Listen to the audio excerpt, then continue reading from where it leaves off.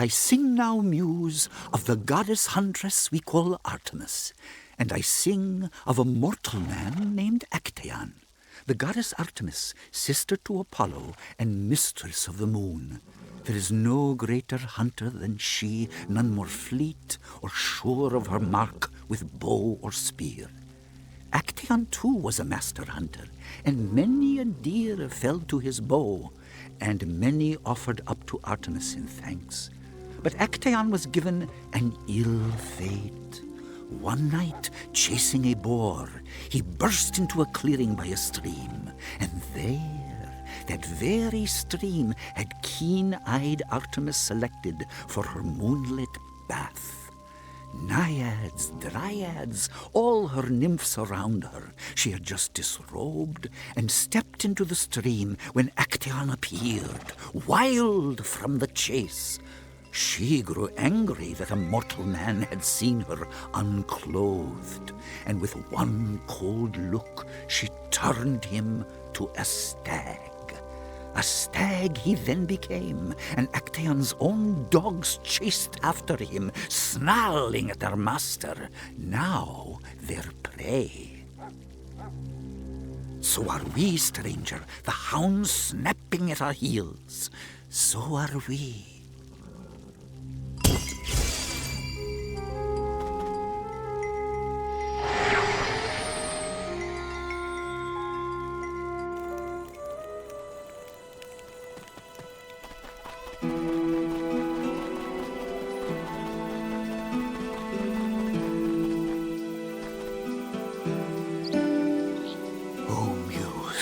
Inspire me to speak of the mightiest hero ever known, son of Zeus, a god, and of a mortal woman, the man named Heracles.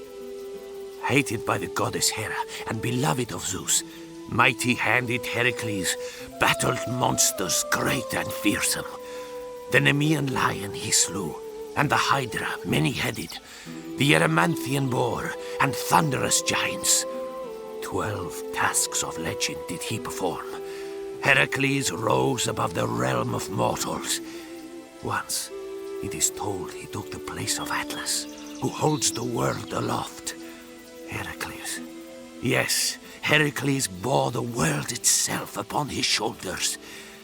And now, where is a hero half as great as he? What became of Heracles, you ask? The gods gave him immortality and gathered him up to Olympus.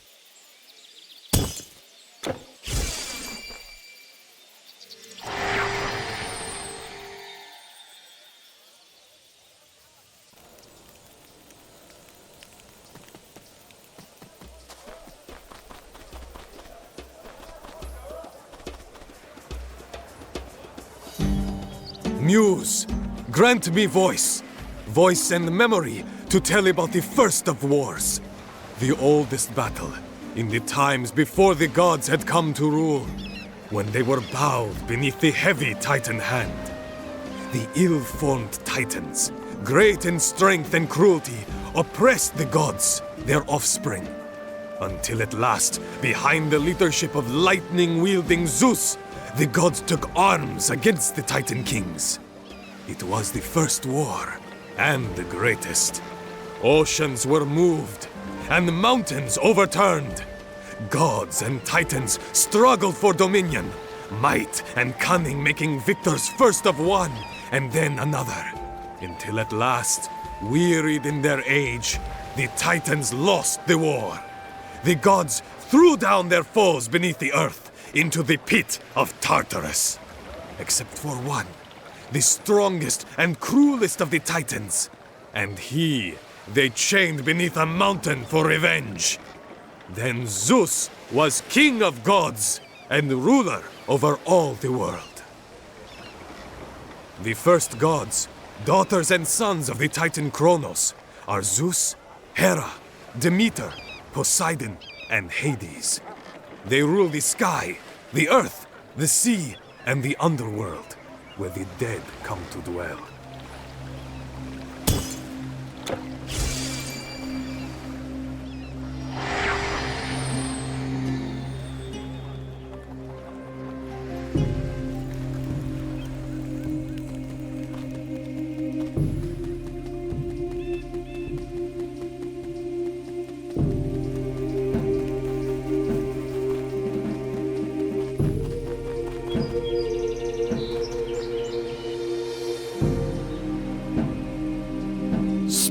through me, O Muse, and tell of the war with Troy.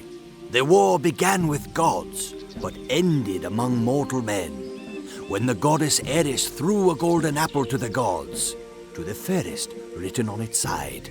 Athena, Hera, Aphrodite, the three great goddesses, could not agree to whom the thing belonged.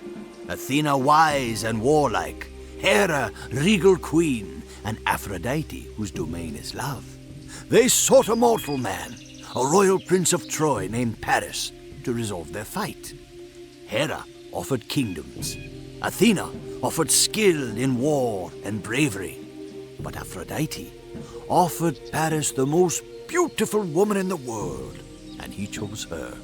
Alas, this woman was the wife of great King Agamemnon, and when Paris claimed fair Helen, the house of Troy brought on the wrath of all the Greeks. They sailed in a war to claim the stolen bride, and many men fell in that bitter feud, fought for the folly of the vain, proud gods. The greatest mortal warrior ever to live was born and died to fight that war. For he was named Achilles, Thetis' son, whose wedding Eris was not invited to. He led the Greeks to victory, but died himself in glorious battle.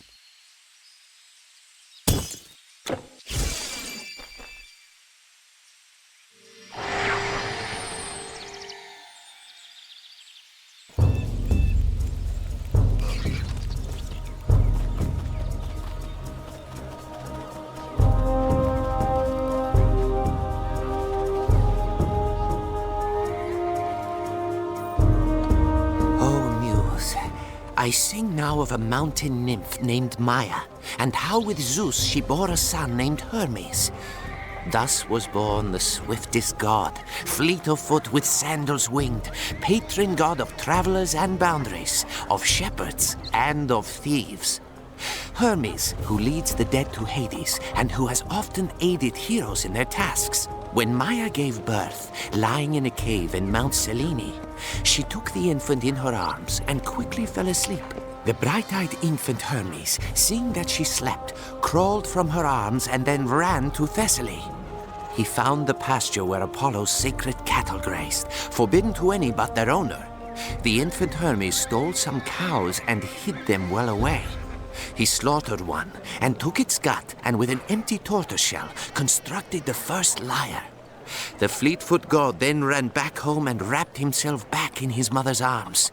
But Apollo appeared, angrily claiming Hermes had stolen his cattle. It was then that the infant took the lyre and began to play, and the lyre's sweet sound directly charmed Apollo, god of music, and he relented in his anger. He saw the lyre, and his desire for it was so great, he offered to let young Hermes tend his cattle in exchange for the instrument. And so the first, but not the last of Hermes' mischief came to no ill end. They say that Hermes invented the panpipes next, and traded them for the traveler's staff he always carries.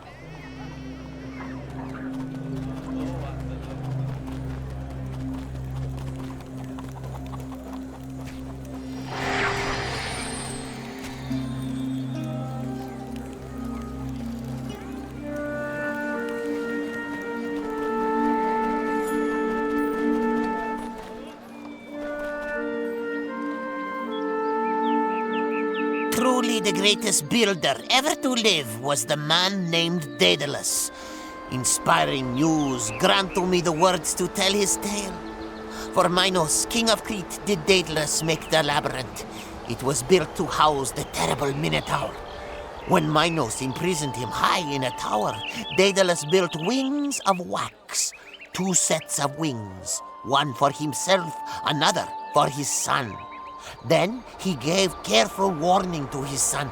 Fly not too high, he told him, for the sun will melt the wax. Fly not too low, for if the wings get wet, they will not fly. Then son and father put on the wings, and with the dawn took flight away from Crete and cruel King Minos. But as the day got on, young Icarus took joy in flight. and forgetting his father's words, soared up into the sky. He neared the sun. The waxen feather softened, melted, and foolish Icarus fell from the sky.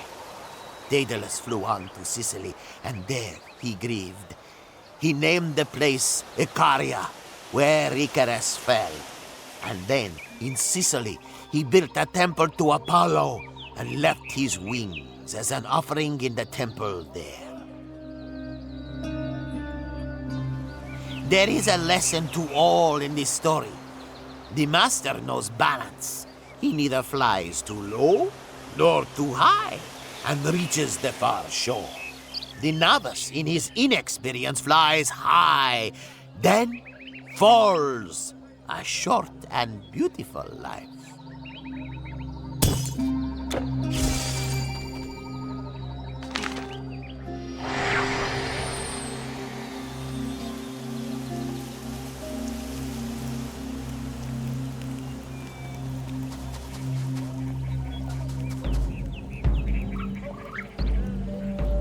In the realm of the gods, things are as they are for all of time.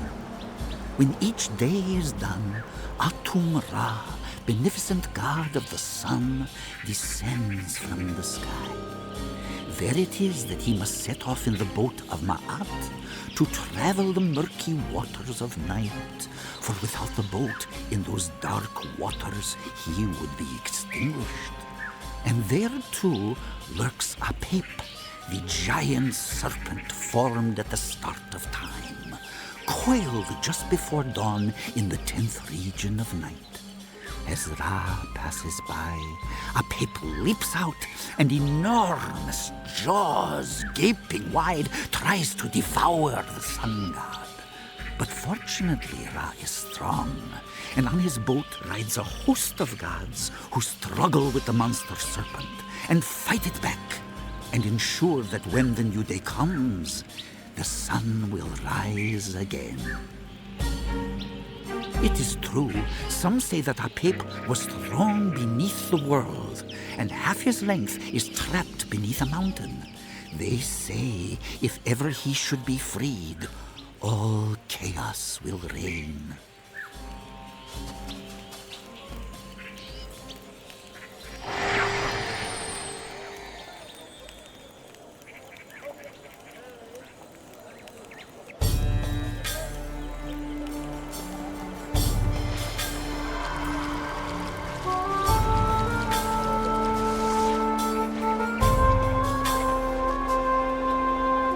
Now Set and Osiris were brothers, children of Nut and Geb, sky and earth. By destiny, Osiris was the first pharaoh, and he ruled over the land with Isis his queen. He taught us to farm the land, to build and bake, to count and record. But Set was jealous of his brother, and he devised a plan. Set built a beautiful box of cedar and told Osiris that whoever fit inside could have the box. Osiris, trusting his brother, lay down inside. Wicked Set quickly closed the box and nailed it, then threw it in the Nile. But when Isis retrieved the box, Set grew angry. He found it and tore it open and cut his brother into 13 pieces, throwing them into the Nile. Isis again went out. She searched and searched, but found only 12. She then took wax and with magic formed the 13th part. In secret, hidden from Set's eyes, she performed the rites and ceremonies so that Osiris could properly enter the land of the dead, where ever since he has reigned.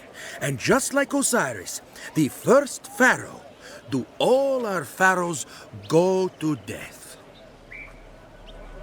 Yes, and it was Horus, son of Isis and Osiris, who reigned in Egypt thereafter. And when he was old enough, he made war on his evil uncle Set. Set was banished to the desert, banished from Egypt by all the gods.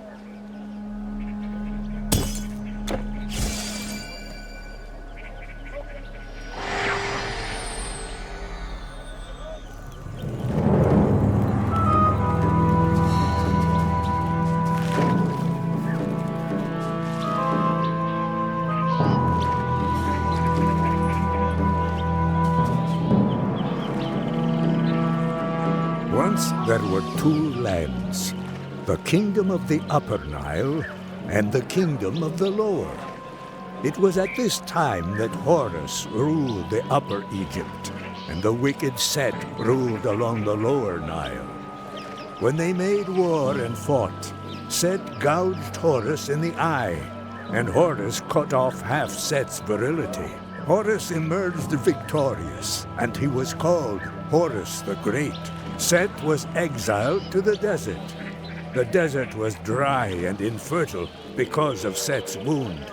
And still, the light of the moon, which is Horus's left eye, is pale compared to the light of the sun, which is his right. Now the first pharaoh of the two kingdoms was called Menes. He was the human, and he represented Horus. That's, it's complicated here.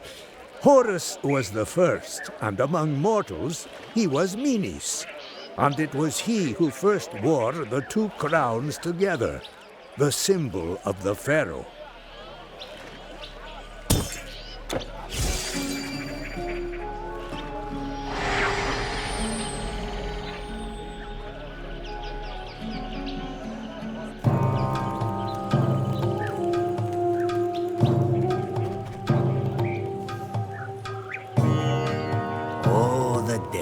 In these times, so many dead. When Egypt was untroubled, all were buried with the Book of the Dead. In this book are written many spells and other things one must know to safely pass through Duat, the kingdom of death. After using the spells to get past demons and monsters of various types, they reach the halls of the dead. There Osiris, lord of the underworld, will weigh their heart upon the scales of justice. On one side, the heart. On the other side, the feather of truth. If they were wicked in life, their heart will be heavy, and they will be thrown to the monster Amot, devourer of souls. But if the heart is light, they are free, given a second life there in Duat, land of the dead. Many are not properly buried in these times. Few of those souls will ever reach happiness and peace.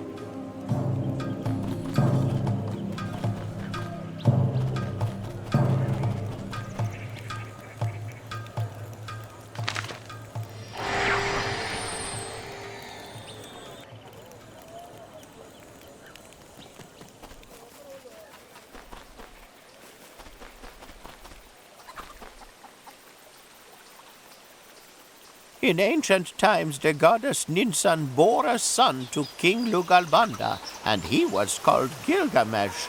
2 parts god and 1 part mortal, he came of age and became king, the mightiest of men ever to live.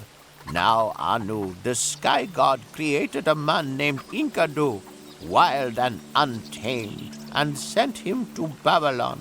There Enkidu and Gilgamesh fought. Now no other man was stronger than Enkidu. Even he could not defeat Gilgamesh. So he bowed to the king, and they became best of friends. Now the great are called to do great deeds, and before long, Gilgamesh longed to vanquish the terrible guardian of the cedar forest, called Humbaba.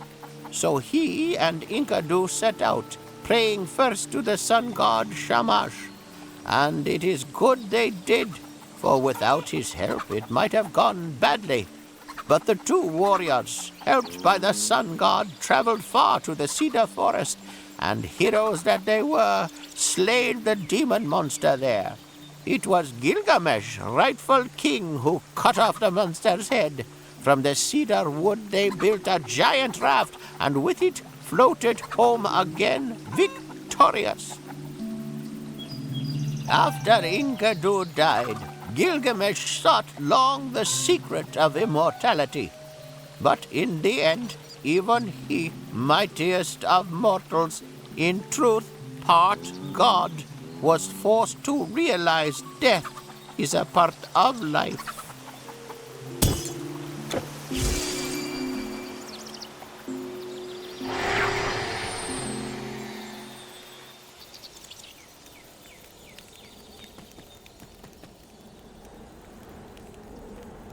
The 18 kingdoms are ruled together from the Silver Palace of Garuda Valley, far south of here.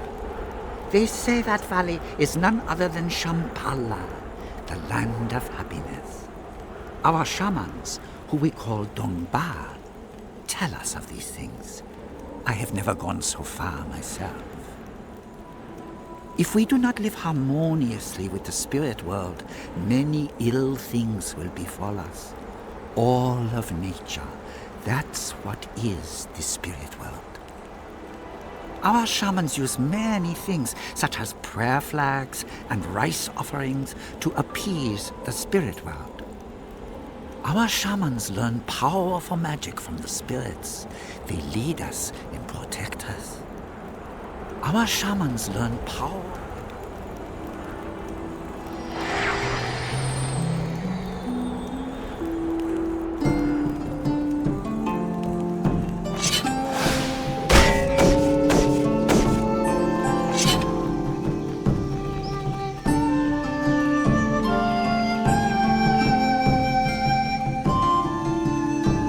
When Sun Wukong, the Monkey King, was invited up to the heavens, it was trouble. The Monkey King was stubborn, strong, and clever. Sun Wukong knew all kinds of magic. He could jump 800 miles in a single leap, and he had a staff that changed size at will. When the Jade Emperor, ruler of the Immortals, invited the Monkey King, they thought he might behave. Maybe he would have, but sadly for them, they did not invite Wukong to the royal banquet. To spite their rudeness, he was later found eating all the peaches of immortality from the Emperor's tree, and he did many other wicked things besides. Then there was trouble. After he defeated the army of the heavens single-handedly and caused much other trouble, the Immortals finally caught Sun Wukong. They trapped him under a mountain, a whole mountain, and there he's still stuck today. I didn't see it happen, and you didn't either. Some say earthquakes happen when Sun Wukong struggles against his bonds.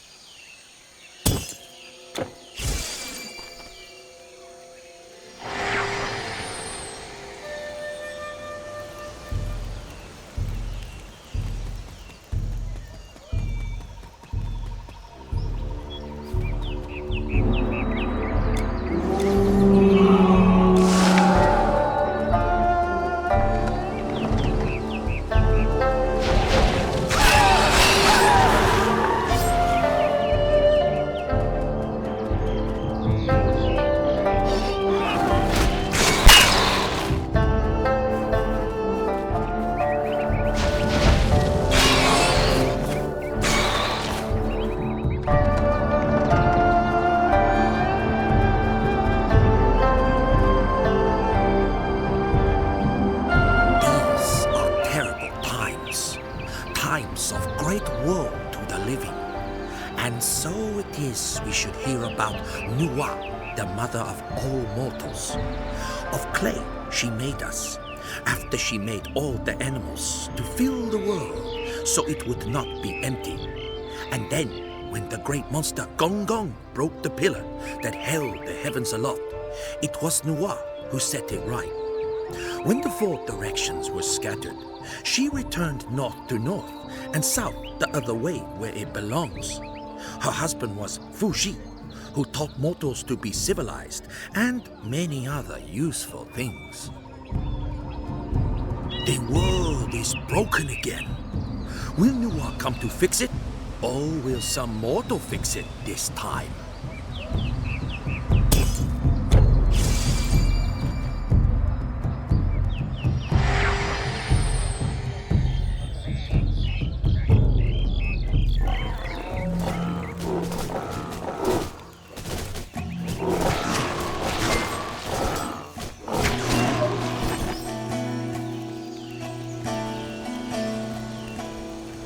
It is said that before the great sage Lao Tzu left his post at the Imperial Library, Confucius found him there, and they talked for many days. It is said Confucius learned more from the sage than all the books in the whole library. When Lao Tzu left, he rode west on his water buffalo. Far at the western gate, a guard stopped him. "Before you go, great master," he pleaded. Write down your teachings.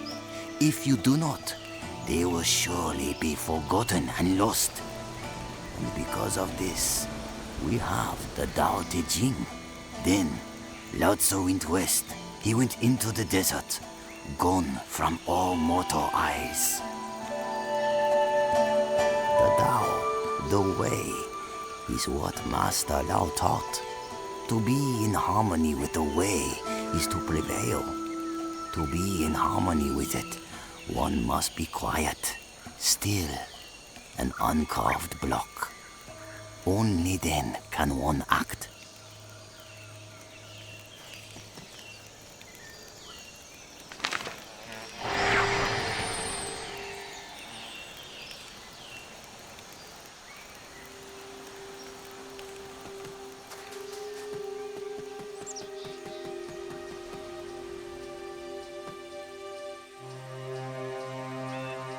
Orpheus, son of Morpheus, master of music and song, inspire me to tell his tearful tale. It was fair Eurydice who won his heart, and on their wedding day, as she danced in a grove with nymphs, a snake took her by the heel. It bit her mortally, and Eurydice fell ill and died. How Orpheus did grieve! He played and sang so very sadly that trees lowered their branches and lions bowed their heads. He sang, and the gods came and whispered in his ear, and so he took himself to Eorn, in Thesprotis, where between barren crags lies one of the ways into the sunless lands. And as he went, he sang, and all who heard him mourned. Orpheus sang to Charon, who wept as he steered the boat, and he sang to Cerberus, who lay his 3 snouts down and whimpered, and he sang to the lord of that place, whom we name not, and his lady, the goddess Persephone. Their hearts were moved, and they granted Orpheus's plea, with but one rule, that he could lead his beloved out of Hades, as long as he did not look back until they stood with feet firm on living soil. And so he started off, staring firmly ahead, but his heart wavered. He doubted, he feared, he thought he would go mad. He tore his hair, and in an instant he looked back. In horror, the shade of his beloved flickered, reached towards him, and faded once again into the depths, never more to see the sun, never more to see her love. Truly none could hear his song and not be swayed. Orpheus was like unto Apollo, playing the lyre, and haunting as sirens in his song.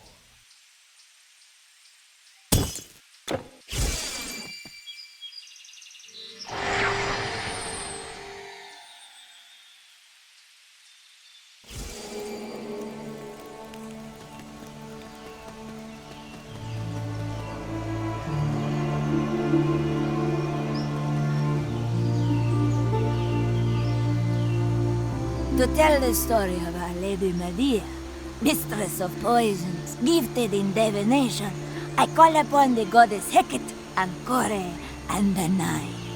When first the hero Jason came to Colchis, seeking the golden fleece, then Our Lady, but a girl, first knew love. And it was she who gave him balm to protect him from the fire-breathing oxen, and she who showed him to set the men who grew from dragon's teeth, fighting amongst themselves, and she who set sleeping herbs before the dragon, who guarded the sought-after fleece. Then, with Jason she fled, and Jason she wed, but in the end he proved untrue. He deserted her, and took as wife the Princess Glauce. He would rule the day. A gift she sent the bride, a dress both finely weaved and dazzling to the eyes, and inside, lined with poison. But Medea's revenge was not yet full, for she would leave the fickle Argonaut nothing that he loved alive. So weeping all the while, her eyes averted, she took each of her children by him, and each she killed to spite the man she'd loved. Jason, you should know, was not the last of her ill fortune. Fleeing to Athens, Medea wedded King Aegeus, and the son she bore him would have then been king had not the long-lost, meddling Theseus returned to claim his rightful reign. No, Medea has had ill fate with heroes who can be cruel as well as great. It should be no wonder she does not love them now.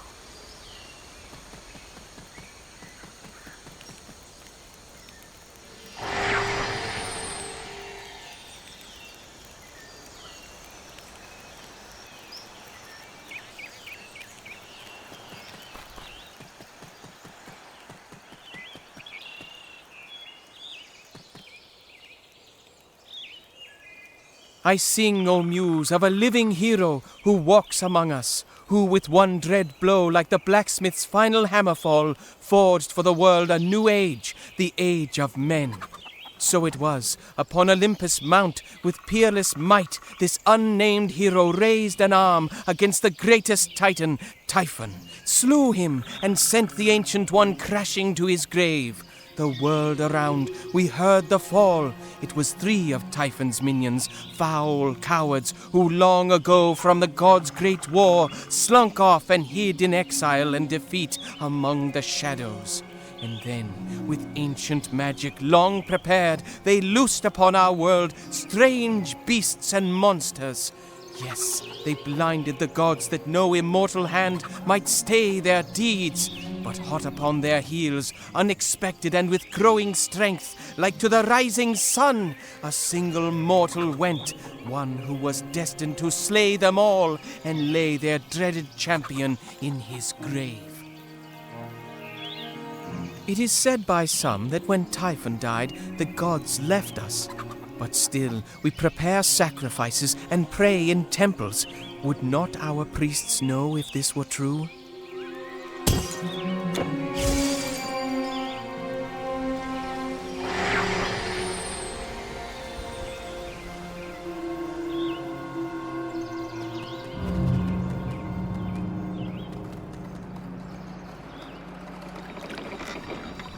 We are trying to get in. But once there was a man, a king, who did everything he could to escape. His name was Sisyphus, wise and cunning, but in life he earned the wrath of Zeus. When Lord Hades came for him with manacles, Sisyphus asked him how they worked. The god put the manacles on, and Sisyphus locked them. For several days no one could die, until Ares, god of war, set things right. But Sisyphus was not yet done. He bade his wife give him no burial, so when he came to the Deadlands, to Persephone he spoke. He told her he was not buried, had no coins, and should never have crossed this river here. He begged to go back for a proper burial, never intending to keep his promise. And at last, Hermes was sent to fetch him back. They set Sisyphus before a boulder and a ramp. For all time as punishment, he must push it up the ramp, only to have it roll back down again. Sisyphus was as cunning as they come. He escaped this place twice. With things as they are, I would not be surprised if he tried again.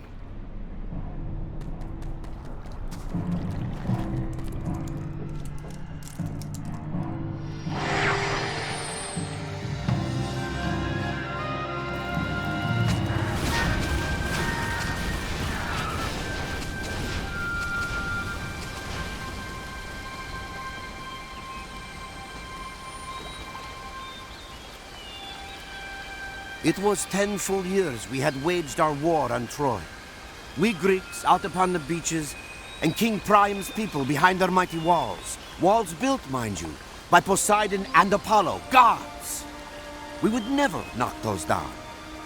So Odysseus says he knows what to do, and we all start to wonder, how does he think he can get past those walls? Well, at his orders, some men went off to do some woodwork, and all the troops were called back. As if we were fleeing cowards, we sat in our tents that day. No fight. All that woodwork, what do you think they made? A gleaming horse, 5 men, 10 men tall, and it rolled on wheels. Here is how it went, I will tell you. rosy-fingered Dawn touches the Trojan walls and finds the horse sitting there, a gift. A gift? Are they giving up, the Trojans wonder? After all this time, is this cursed war done with? In goes the horse. And what they do not know is that every king and mighty warrior, Odysseus too, is lying in the belly of that wooden beast. They bide their time until night falls, and then they climb out. They slay the guards, they throw open the gates. The Trojan city Ilium is burned. The war is won. King Priam's son Hector had died before, and Priam and his children died upon that day. But I have heard Prince Aeneas of Trojan blood did flee and lives still. King Priam's son Hector